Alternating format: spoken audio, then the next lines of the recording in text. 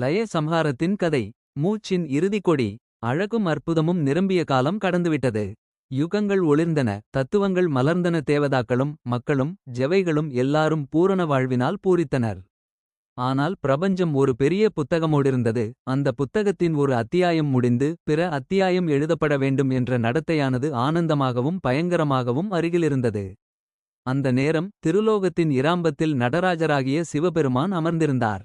அவர் முகத்தில் சூரியன் போல ஒளி, ஆனால் அந்த ஒளியில் ஒரு அமைதி, அனைத்தையும் தாங்கும் அமைதி. உலகம் அவரை பார்த்து நன்றியுடன் குலுங்கியது.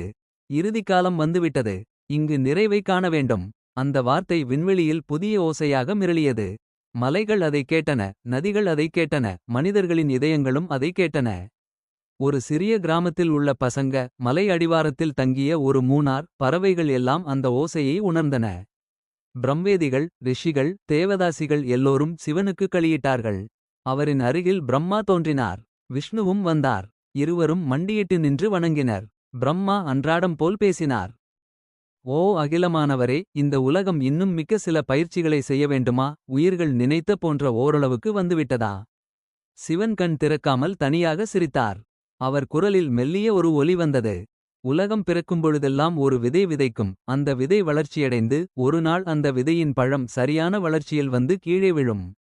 அதே விதமாக ஒரு உள்சரிவு முடிந்து மற்றொன்று தொடங்க வேண்டும். இது இயற்கையின் விதி. பிரம்மா மற்றும் விஷ்ணு இருவரும் தமக்குள் சிந்தித்துக் கொண்டிருந்தனர். இந்த செயல் அழிவா அல்லது ஒரு உயிரனுக்கான மரபியல் விளைவா?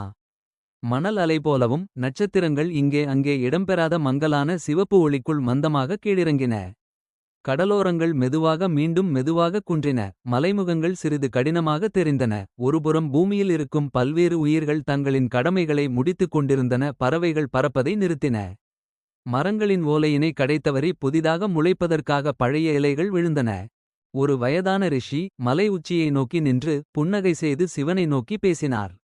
அப்பனே, இவையெல்லாம் ஓர் விளையாட்டு மட்டுமா? ஏன் இதுவரை நீ எதையும் செய்யவில்லை? சிவன் அருகிலிருந்து தன் கரங்களை உயர்த்தினார். நான் எப்போதும் செய்கிறேன். ஆனால் நேரம் இப்போது வந்துவிட்டது என்று சொன்னார். இரவின் அணில் போல் அமைதியான சொற்பொழிவு முடிந்ததும் சிவன் நின்றார். அவர் எழுந்து சென்றதும் அவர் புடவை நிலத்தை தொட்டது. அவர் பாதங்கள் பூமியை தட்டி ஒரு இசையை தொடங்கின. அந்த இசை உலகின் உள்ளுணர்வுகளை கிளப்பியது. சிவன் தன் தலையை திருப்பினார். அவரது நெற்றி மெல்ல திறந்தபோது ஒரு சிறு தீக்கண்ணி ஒலித்தது. அந்த தீக்கண்ணி மிகச் பெரிதாய் பேரழிவின் அக்னியை உருவாக்கியது. அவர் நடனத்தை தொடங்கும்போது காலத்தின் கம்பிகளும் பாத்திரங்களும் சிதறின. இது லயத்துக்கு செல்லும் வழி என்று தேவதாசிகள் கூச்சலிட்டனர். இசை மெல்ல மிகமாறாக உயர்ந்தது. வீசும் காற்றுடன் சேர்ந்து நடனத்தின் ஒலி எல்லா பாகங்களுக்கும் பரவியது.